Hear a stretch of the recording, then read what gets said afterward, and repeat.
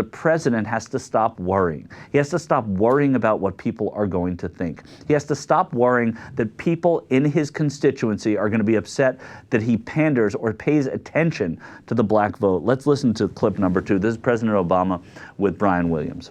I want to ask you about African Americans. I'm hearing and reading from many, and not just Mr. Smiley and Professor West, who say you've exhibited to them what they see as a mystifying silence on the especially crippling unemployment rate, poverty, and especially where young African American males are concerned in our urban areas.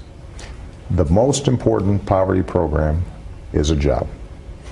And so what we talked about on Thursday will help most directly those who have the highest unemployment rate: African Americans, Latinos, rural communities, young people. And so, you know, if you look at everything we've done for the last 3 years, my entire focus has been providing ladders of opportunity for people so that they can make it. And by definition, that means that communities that are hurting more are going to get more help. But, you know, I don't think of my job as President of the United States as looking at different segments of the population.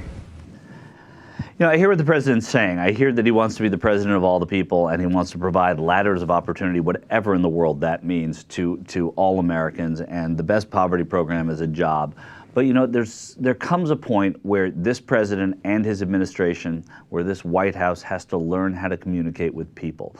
The president spoke beautiful words with Brian Williams right there in very hushed tones, and it's clear that he takes this seriously. However, the president also hasn't done enough. He hasn't gone into those communities. He said he spoke about this last Thursday, and I'm guessing it's when he addressed the CBC, but I don't know that times out right. But I do know that the president has started to step up his game in terms of speaking specifically to his core constituency in the African American community. And it is not an understatement to say that they are the ones that helped elect him to the presidency, that helped propel him to where he is now, and rightly so.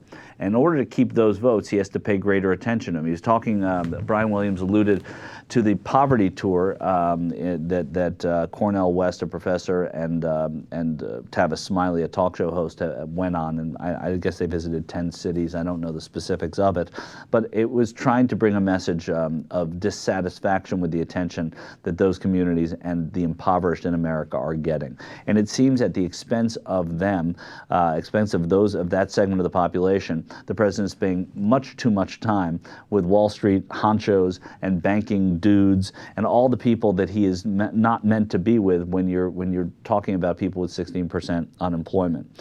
I do think that that President Obama is starting to get the message, though.